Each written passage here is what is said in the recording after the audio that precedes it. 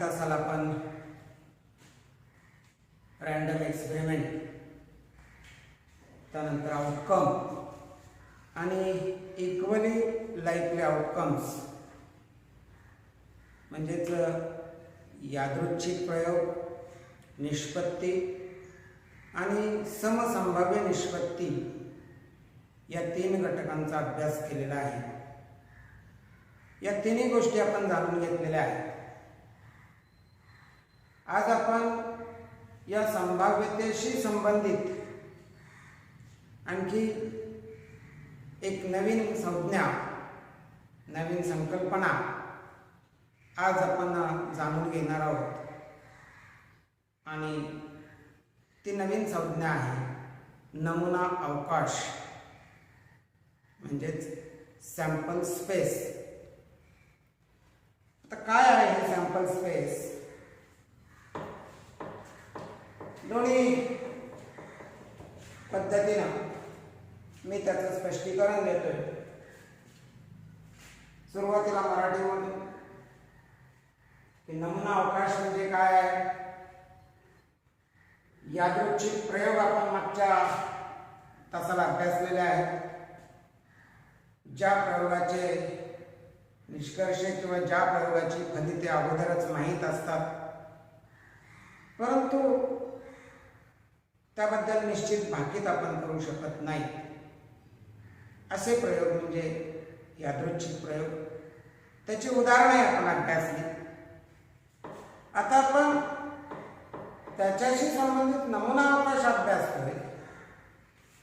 या यादृच्छिक प्रयोगामध्ये शक्य असणाऱ्या सर्व निष्पत्तींच्या संचाला नमुना अवकाश असं म्हटलं जातं.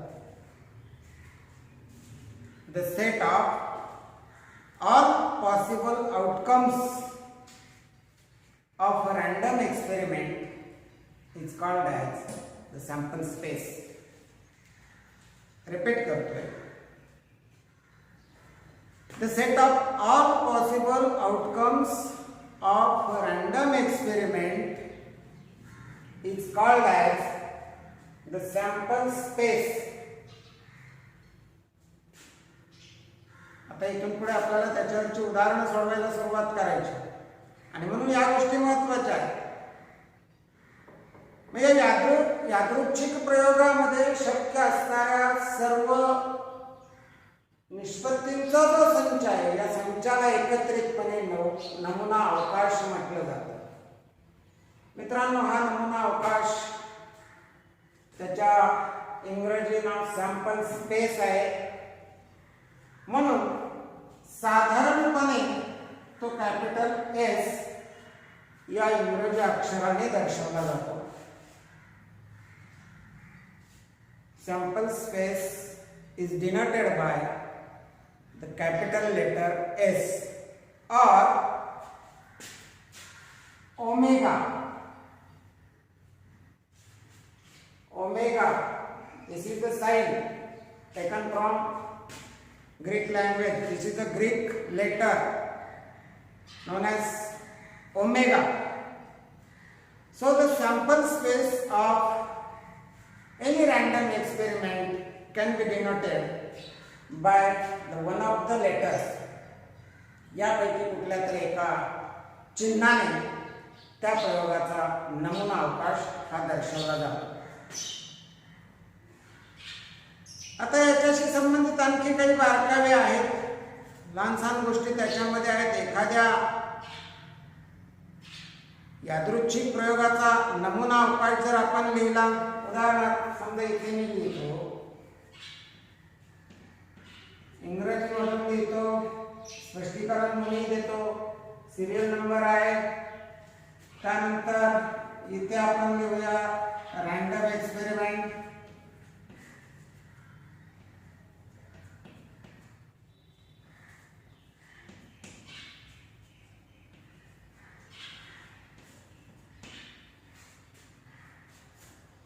त्यानंतर इथे लिहितो sample space.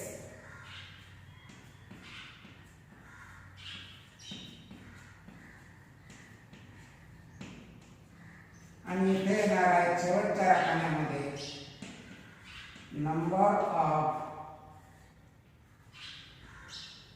sample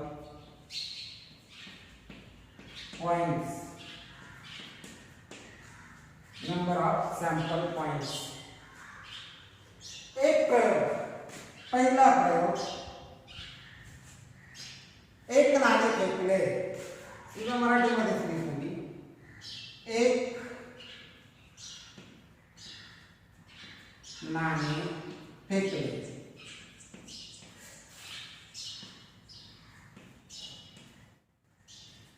one coin is tossed.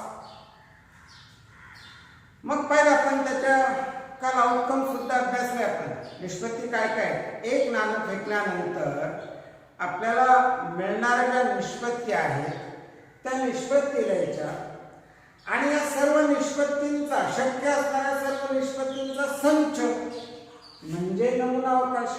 यादृच्छिक प्रयोगातील सर्व शक्य निष्पत्ती ज्या आहेत त्यांचा संच लिहिलं. मग इथं आपल्याला तो संच लिहायचा आहे. सॅम्पल स्पेस म्हणजे नमुना अवकाश आहे, तो कॅपिटल एस या अक्षराने दर्शवायचा आहे. हा नमुना अवकाश इथे महिरपी कंसामध्ये दर्शवला जातो. मग एक नाणे फेकल्यानंतर ज्या शक्य तेवढ्या निष्पत्ती मिळणार आहेत, there are two results, there are two outcomes. If one coin is tossed, then two results are there, either head or tail. This is the set of all possible outcomes of the random experiment. One coin is tossed. एक नाणे फेकल्यानंतर त्याचे मिळणाऱ्या सर्व शक्य अशा निष्पत्ती आहेत.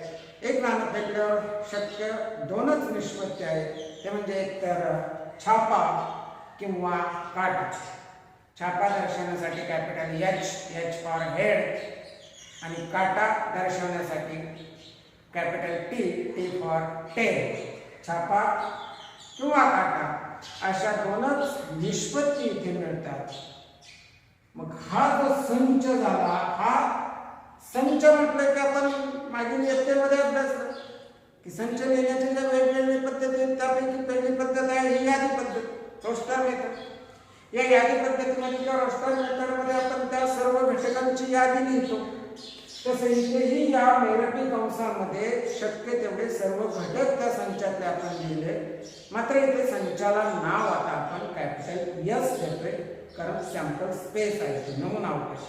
जी व्याख्या अभ्यासते आपण त्याप्रमाणे इथे कॅपिटल एस बरोबर H, T असे हे घटक लिहिलेले आहेत.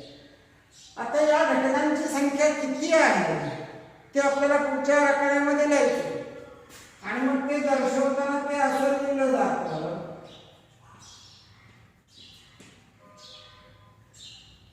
वाचन त्याचं एन ऑफ एस किंवा नंबर ऑफ एस, म्हणजे त्या संच एस मध्ये असणाऱ्या घटकांची संख्या. मागच्या इथे आपण हे अभ्यासलेले संच प्रकरणामध्ये एन ऑफ एस किंवा नंबर ऑफ एस म्हणजे एस या संचामध्ये असणाऱ्या घटकांना नमुना घटक म्हणतात. प्रत्येक संचामध्ये जे नमुना घटक आहेत तिथे एच आणि टी हे दोन नमुना घटक आहेत, म्हणून एस या संचामध्ये असणाऱ्या घटकांची संख्या ही 2 आलेली आहे. नंबर ऑफ सॅम्पल पॉइंट्स, संचामध्ये असणाऱ्या किंवा नमुना अवकाशामध्ये असणाऱ्या प्रत्येक घटकाला नमुना घटक असं म्हटलं जातं आणि तो आपल्याला या पद्धतीने दाखवायचा आहे. नंबर ऑफ सॅम्पल पॉइंट्स, की त्यामध्ये किती घटक आहेत. मी या पद्धतीने लिहिल्यानंतर आपण आणखी पुढच्या प्रयोगाकडे जाऊया. वेगवेगळी उदाहरणं इथे दिलेली आहेत, ती उदाहरणं इथे जाणून घेऊया. समजा दुसरं उदाहरण, एक नाणे फेकले त्याच्याऐवजी एकाच वेळेला 2 नाणी फेकले.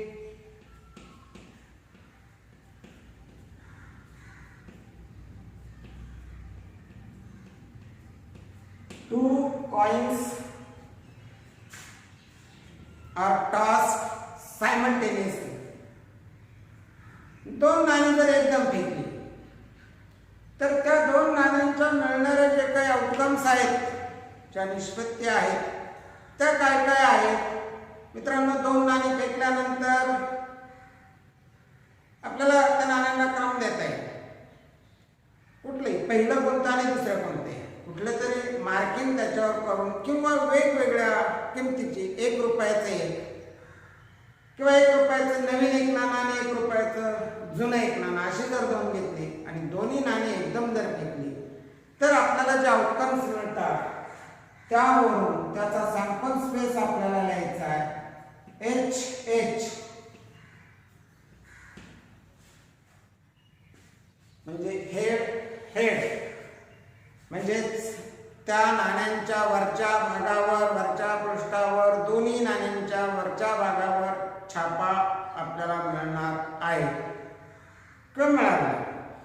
ही एक शक्यता आहे, दोन्हींच्याही वरच्या भागावर छापा असेल किंवा पहिल्या नाण्यावर छापा आणि दुसऱ्या नाण्याच्या वरच्या भागावर काटा असेल म्हणजे H, T, किंवा यापेक्षा वेगळी पहिल्या नाण्याच्या वरच्या पृष्ठावर छापा आणि दुसऱ्या नाण्याच्या वरच्या पृष्ठावर काटा, एक काटा आणि दुसरा छापा, किंवा दोन्हीही नाण्यांच्या वरच्या पृष्ठावर काटा, टेप. म्हणजे इथे या सर्व संभाव्य निष्पत्ती आपल्याला मिळणार आहे. यापेक्षा अधिक 5वी निष्पत्ती मिळणार नाही. जेव्हा दोन नाणी तुम्ही एकदम एकाच वेळी फेकाल तेव्हा त्या दोन नाण्यांच्या बाबतीत या यादृच्छिक प्रयोगामध्ये अशा याच निष्पत्ती मिळणार आहेत. मग इथे या सर्व संभाव्य निष्पत्तींचा जो संच आहे, शक्य असणाऱ्या सर्व निष्पत्ती ज्या आहेत त्या या आहेत, यांची संख्या मोजून आपल्याला पुन्हा इथे लिहायची. परत तीच पद्धत सेम की इथे या S या संचामध्ये सॅम्पल स्पेस आहे म्हणून S या नमुना अवकाशामध्ये असणाऱ्या नमुना घटकांची संख्या, नंबर ऑफ सॅम्पल पॉइंट्स, ती आपल्याला लिहायची मोजून 1, 2, 3 आणि 4. इथे मित्रांनो 4 नमुना घटक मिळतात. हाच प्रयोग आणखी पुढे जर वाढवला आपण यादृच्छिक प्रयोग घरी तुम्ही करून पाहू शकता. समजा आता एका वेळेला 3 नाणी फेकली,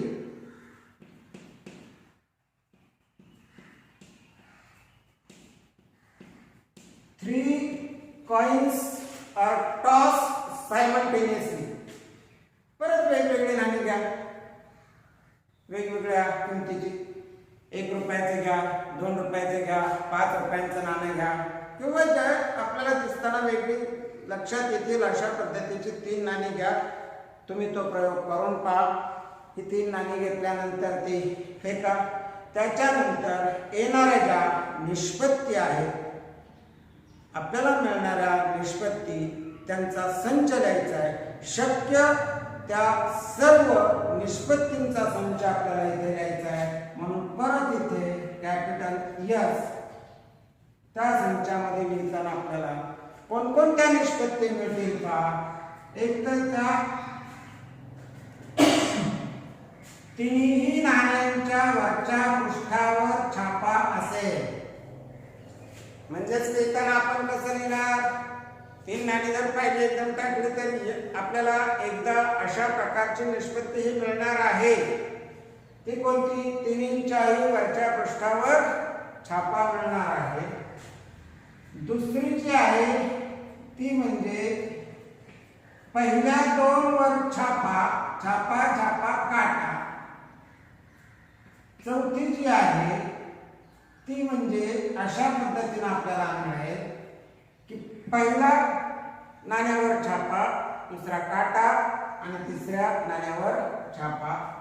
किंवा अशी सुद्धा मिळणार आहे, पहिल्या नाण्यावर छापा आणि उरलेल्या दुसऱ्या आणि तिसऱ्या तिसऱ्या नाण्याच्या वरच्या पृष्ठावर काटा.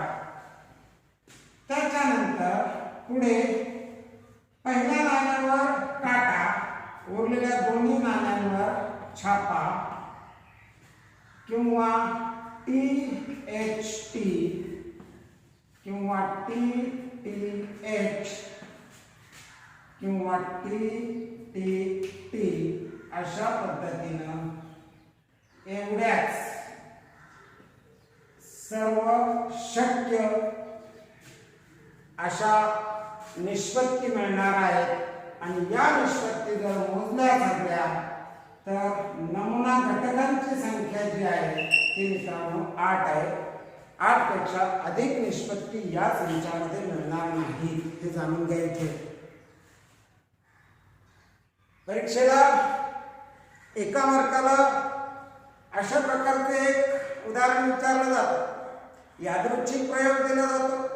या यादृच्छिक प्रयोगाच्या नमुना अवकाश आणि नमुना घटकांची संख्या द्या, म्हणजे S आणि नंबर ऑफ S या दोन बाबी आपल्याला लिहायच्या. S म्हणजे सॅम्पल स्पेस आणि N ऑफ S म्हणजे number of sample points in that sample space for such random experiment. तेव्हा परीक्षेमध्ये लिहायला हे फार सोपं आहे. एकच नाणं फेकलं असेल तर दोनच निष्पत्त्या आहेत किंवा त्यामध्ये एकूण नमुना घटकांची संख्या 2 आहे. जेव्हा 2 नाणी एकदा फेकली जातात तेव्हा इथे या 4 शक्य अशा निष्पत्त्या आहेत. त्यांचा संच पहिला HH, HT, TH, TT.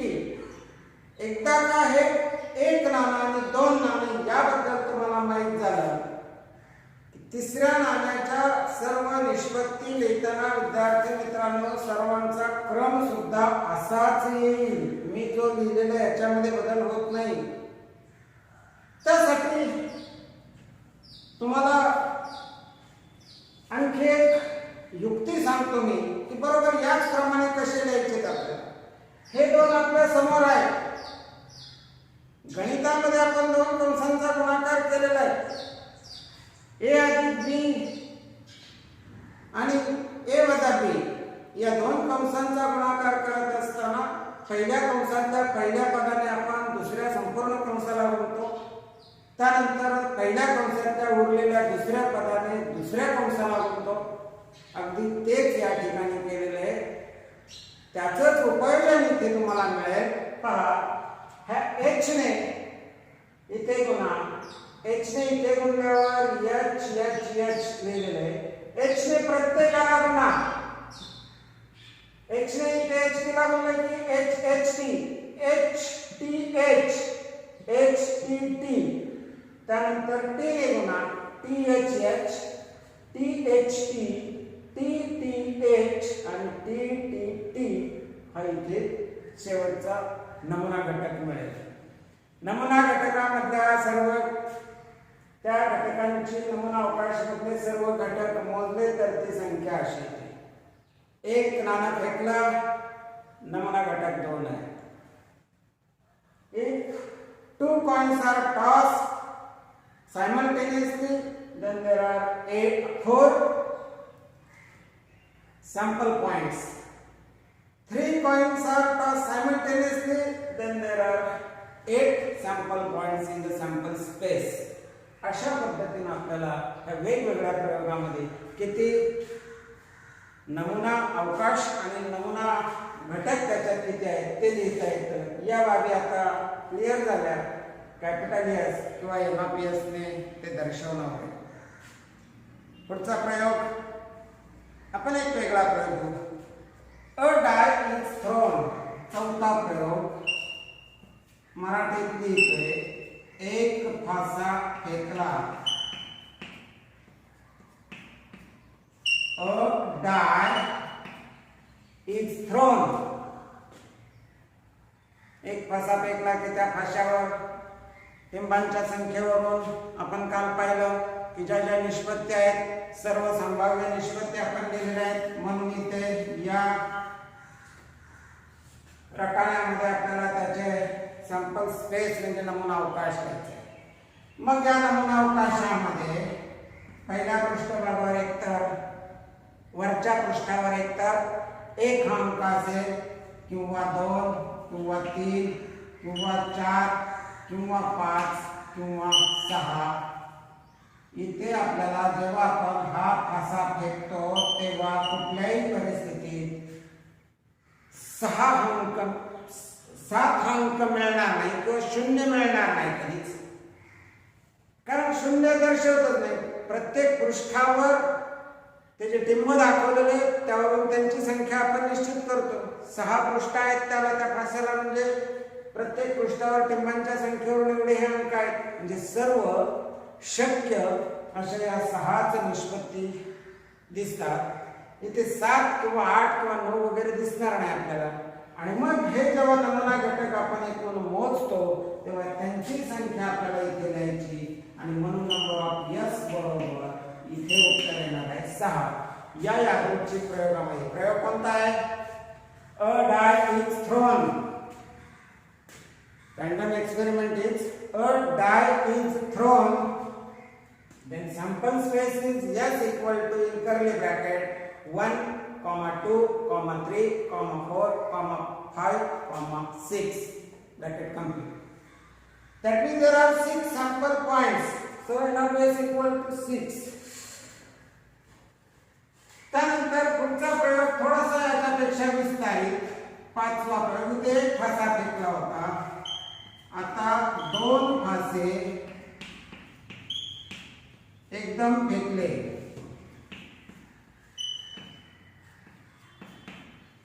2 dice are thrown simultaneously. A die, 2 dice are thrown simultaneously. एकाच वेळेला 2 डाईस जर फेकले आपण तर त्या मिळणाऱ्या ज्या काही निष्पत्ती आहेत त्या आपल्याला पाहिजे. म्हणून sample space S equal to, आता पहा, एक तर वरच्या पृष्ठभागावर असे अंक असतील किंवा वरच्या पृष्ठभागावर असे अंक असतील किंवा 1, 3, 1, 4, 1, 5, 1, 6. म्हणजे काय? पहिलं जे फासा आहे त्याच्या वरच्या पृष्ठावर एक, दुसऱ्या फाशावर एकच. पहिल्या फाशावर 1 पण दुसऱ्या फाशावर आता 2 ही संख्या असेल. पहिल्या फाशावर 1, दुसऱ्या फाशावरच्या वरच्या पृष्ठावर 3, याप्रमाणे पहिला दुसरा पहिला दुसरा पहिला दुसरा अशा फाशांवर आपल्याला याप्रमाणे या निष्पत्ती पाहायला मिळते. त्याच्यानंतर पहिल्या फाशावरचा वरच्या पृष्ठावर 2 आणि दुसऱ्या फाशावर 1 असेल. 2, 1, 2, 2, 2, 3, 2, 4, 2, 5, 2, 6.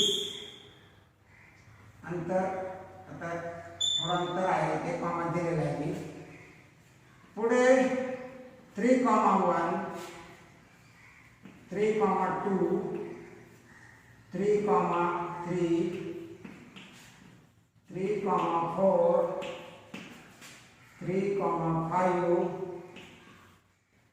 and 3, 6.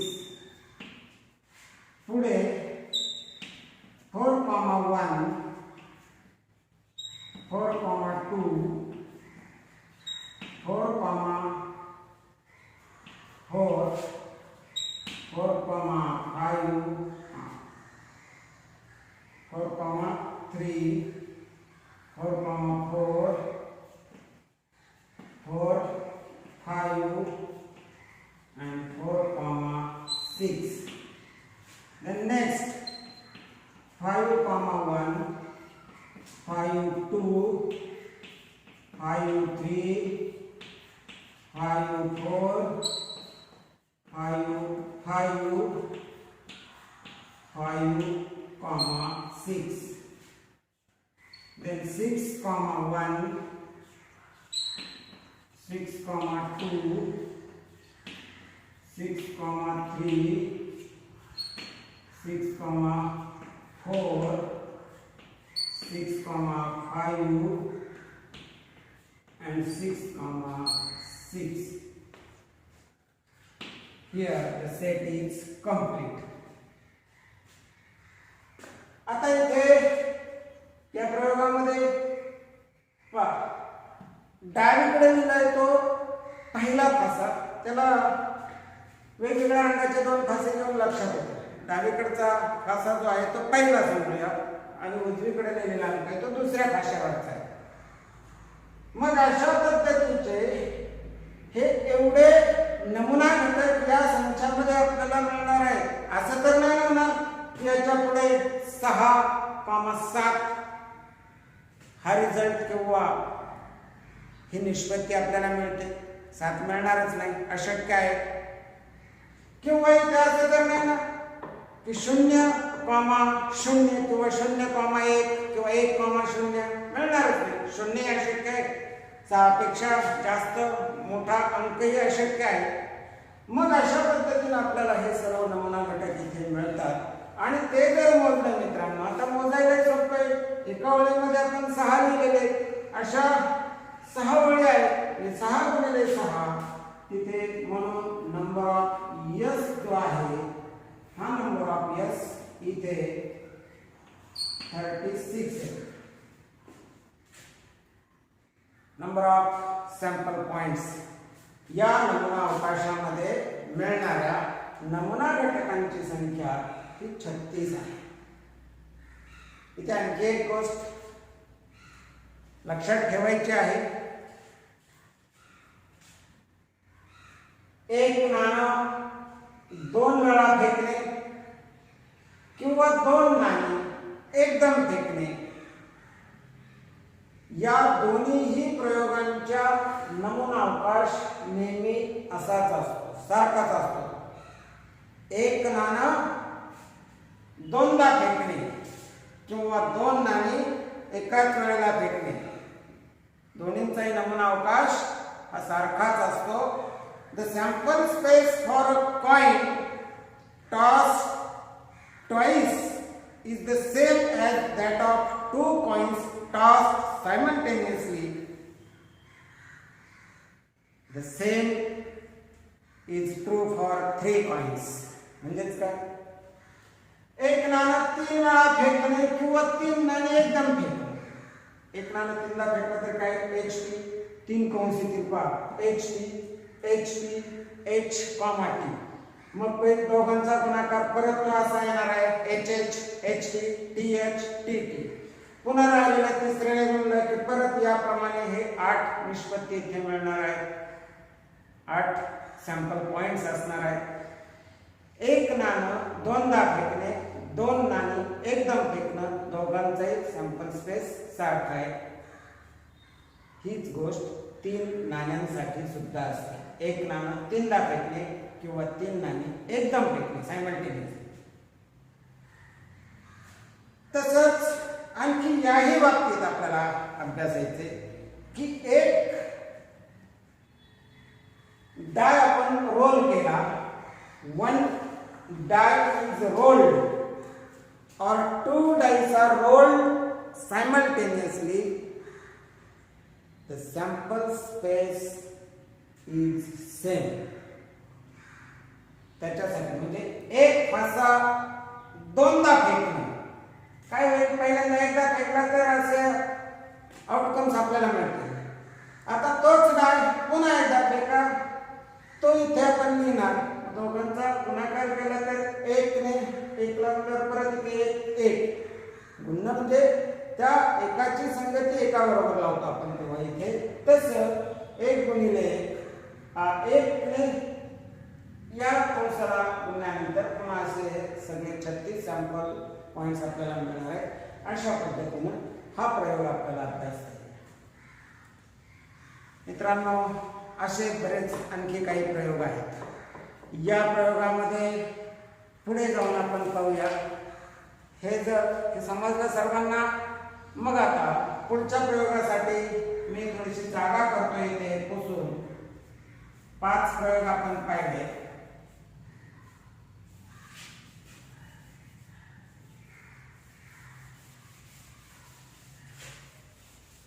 सहाव्या प्रयोगासाठी समजा 1 ते 20 काल आपण पाहिलं एका उदाहरणामध्ये 1 ते 20 अंक लिहिलेली काही कार्ड आहेत आणि त्या कार्डांमधून एक कार्ड काढले. तर मग ते कार्ड कोणतं असेल? आता हा 6वा प्रयोग. कार्ड आहे 1 ते 20 संख्या किंवा अंक लिहिलेली card.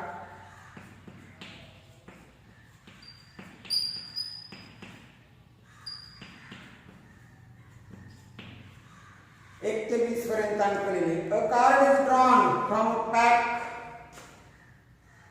Of bearing numbers from 1 to 20.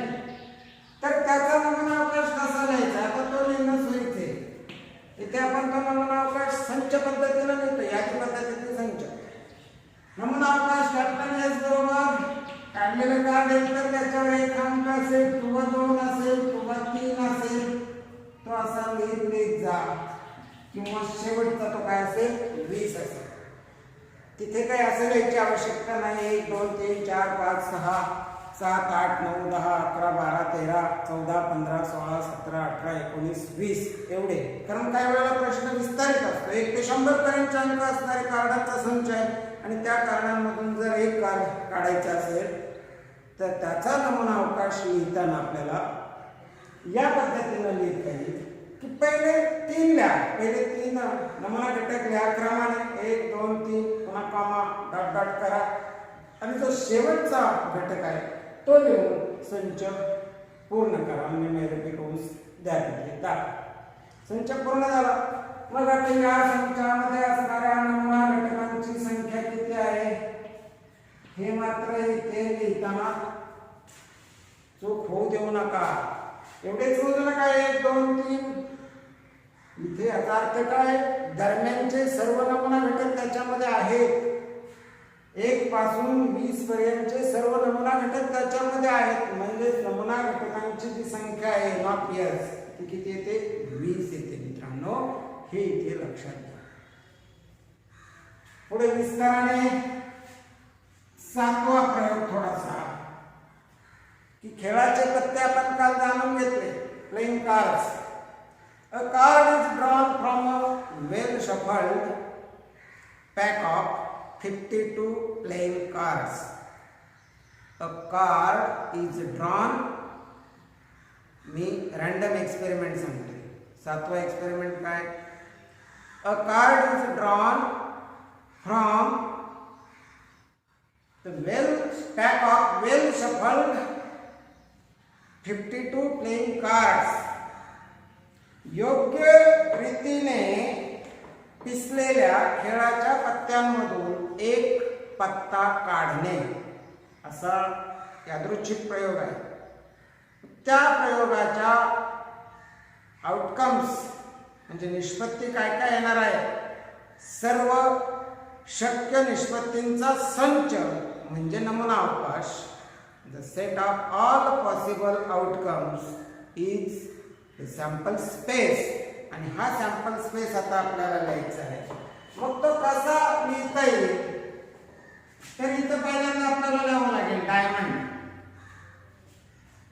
काय काय असेल क्रम तुम्हाला जो आठवतो त्या पद्धतीने लिहा. तिथे काय अगोदर रेड कार्ड नंतर ब्लॅक कार्ड किंवा अगोदर ब्लॅक नंतर रेड, एक ब्लॅक एक रेड कसं लिहा तुम्ही. फक्त क्रम लिहिताना इथे जेव्हा 52 पत्त्यांमधून एक पत्ता काढायचा आहे तेव्हा मात्र तुम्ही कुठल्याही क्रमाने ते लिहू शकता. समजा डायमंड. डायमंड मध्ये पहिले फेस कार्ड लिहून काढा. फेस कार्ड चित्रयुक्त पत्ते.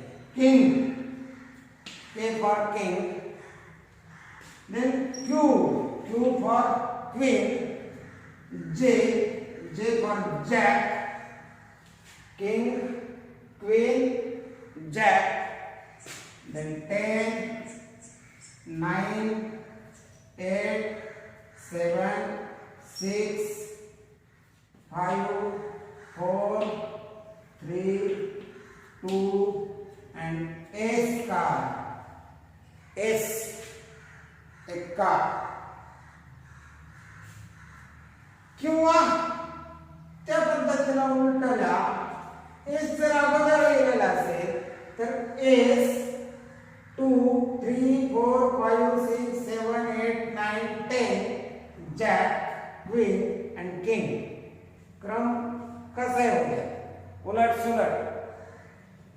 त्यानंतर डायमंडचे लिहून झाले की मग पुढे हर्टचे लिहा.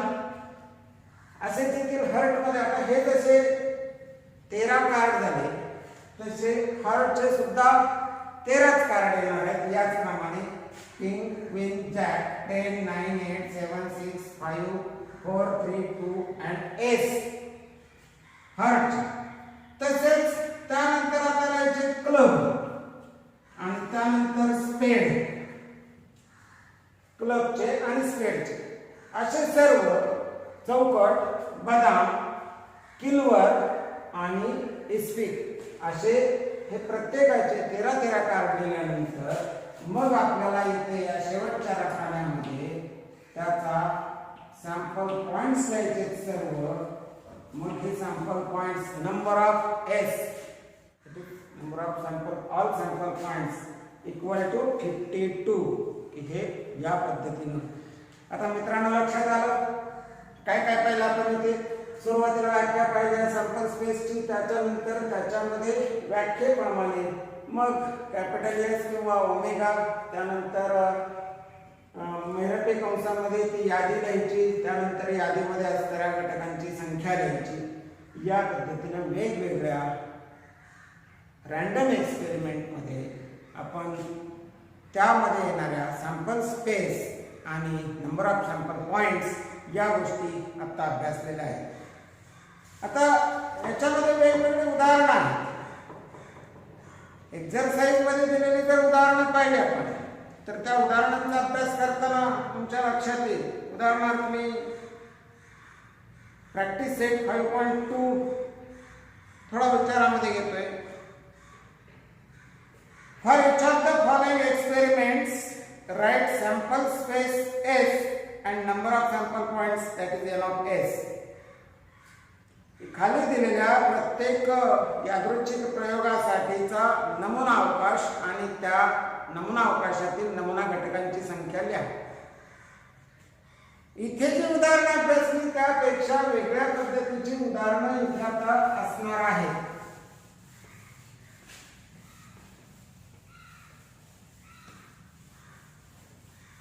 थोडीशी विविधता उदाहरणामध्ये असणारच. प्रश्न पहिला आहे, 1 coin and 1 die are thrown simultaneously. 1 coin and 1 die स्वतंत्रपणे पाहिलं मित्रांनो. 1 coin is tossed or 2 coins are tossed simultaneously, 3 coins are tossed simultaneously, a die is thrown, 2 dice are thrown. पण आता काय केलेलं आहे या उदाहरणात, एक नाणे आणि एक फासा एकदम फेकलेले आहेत. मग आता याचे जे काही सर्व शक्य असेल निष्पत्ती आहे, मी प्रयोगाचं नाव लिहित नाही, प्रयोग आता वाचला. एक नाणे आणि एक फासा एकदम फेकले. प्रयोगामध्ये नाण्यावरचा H आणि फास्यावरचा 1 असेल किंवा नाण्यावरचा H आणि फास्यावरचा 2 असेल. याप्रमाणे H, 3, H, 4, H, 5, H, 6 असे असेल. म्हणजे प्रत्येकावर एक तर नाण्यावरचा छापा आणि फास्यावरचा, प्रत्येकावर नाण्यावरचा छापा आहे आणि फास्यावरचा 1 ते 6 पर्यंत अंक आहेत. किंवा पुढे एकतर नाण्यावरचा टेप म्हणजे काटा आणि फास्यावरचा 1 म्हणजे t, 2 t, 3 t, 4 t, 5 आणि t, 6 असे सर्व सॅम्पल पॉइंट्स असणार आहेत. ते मोजा किती झाले त्याप्रमाणे उत्तर लिहावं लागेल आपल्याला. Number of S equal to 12 असे हे सर्व शक्य निष्पत्तींचा संच आहे. यापेक्षा अधिक निष्पत्ती असणार नाही, वेगळे असणार नाही यापेक्षा. दुसरा आणखी एक प्रश्न मित्रांनो, 2 digit numbers are form using digits 2, 3 and 5.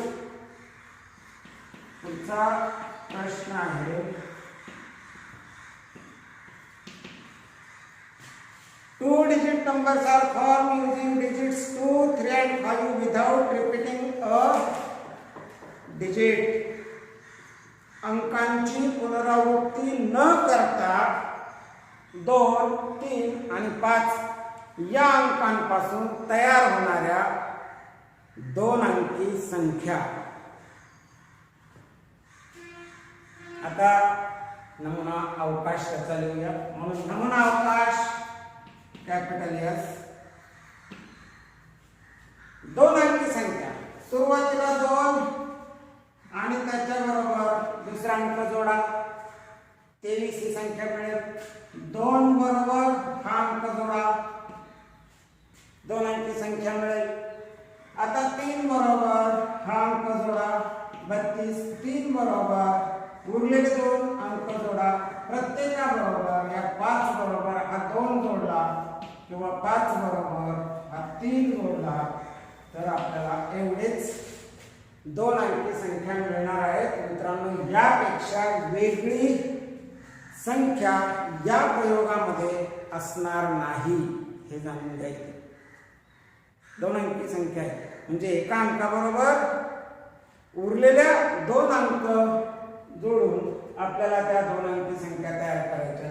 आणि म्हणून मग इथे नंबर ऑफ सॅम्पल पॉइंट्स अशा किती संख्या तयार होणार आहेत या 6 संख्या तयार होणार आहेत. हा झाला दिलेला यादृच्छिक प्रयोग.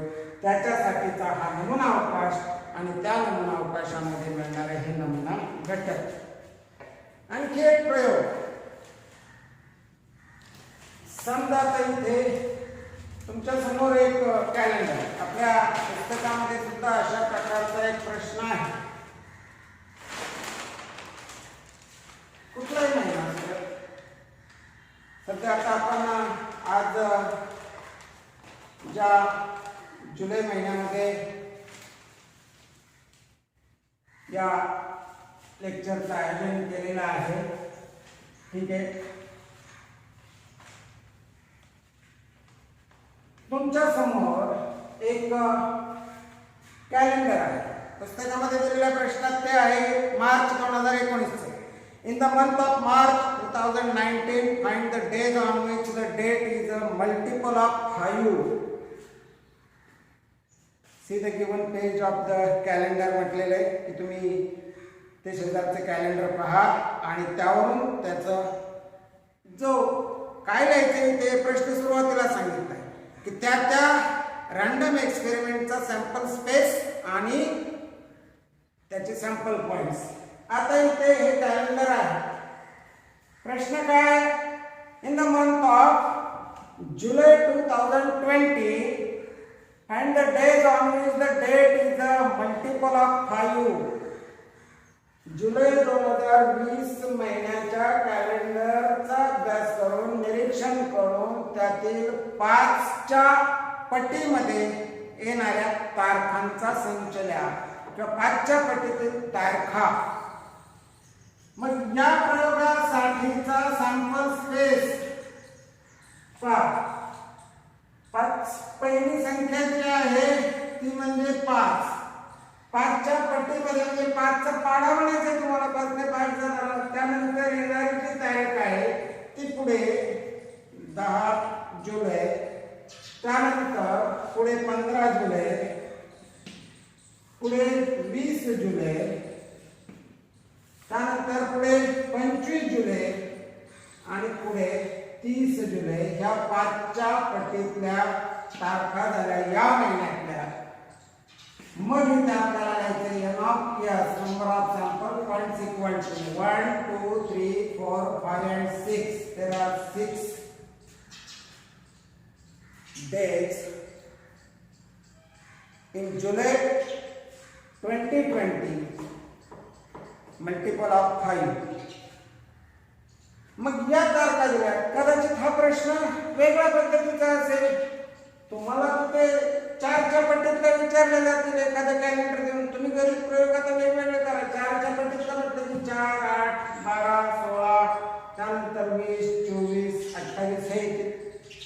3च्या पट्टीतले आहेत 3 6 9 15 वगैरे याप्रमाणे. किंवा सर्व तुम्हाला जर ऑड किंवा इव्हन म्हटलं, ऑड डेट्स और इव्हन डेट्स, तर त्या पद्धतीनं त्या संच स्वरूपामध्ये लिहायच्यात आणि संचामध्ये येणारी संख्या पुढे पेजने दाखवायच्या. अशा प्रकारचे उदाहरण आहेत. ही वेगवेगळी उदाहरण आहेत. मित्रांनो, कालच्या तासाला सांगायचं राहिलं की प्रॅक्टिस सेट 5.1 जो आहे तो तुम्हाला सोडवायचा होता. खूप सोपा होता तो. पॉसिबिलिटी लिहायच्या होत्या. आणि आता सूचना आहे की प्रॅक्टिस सेट 5.1 तर लिहाच कालच्या तासाचा, पण आता आजचा प्रॅक्टिस सेट 5.2 सुद्धा तुम्हाला घरी पूर्ण करायचा आहे. बाकी जे समजलेलं नाही वैयक्तिक मला तुम्ही ते विचारू शकता. आणि समजलेल्या गोष्टी ज्या आहेत इथे तर आहेतच. प्रॅक्टिस सेट 5.1 5.2 मध्ये उदाहरणं सोडवायचीच आहेत, परंतु या घटकांवर आधारित प्रॅक्टिस सेट प्रॉब्लेम सेट 5 मध्ये उदाहरणं सुद्धा तुम्हाला सोडवायची आहेत. पुन्हा पुन्हा या गोष्टी सांगण्याची आवश्यकता भासू देऊ नका. जो जो घटक होईल त्या घटकावरचे प्रश्न लगेचच त्याच दिवशी ते सोडवा. जे येणार नाहीत ते नोट करून ठेवा आणि मला विचारा. ठीक आहे, आज आपण इथेच थांबूया.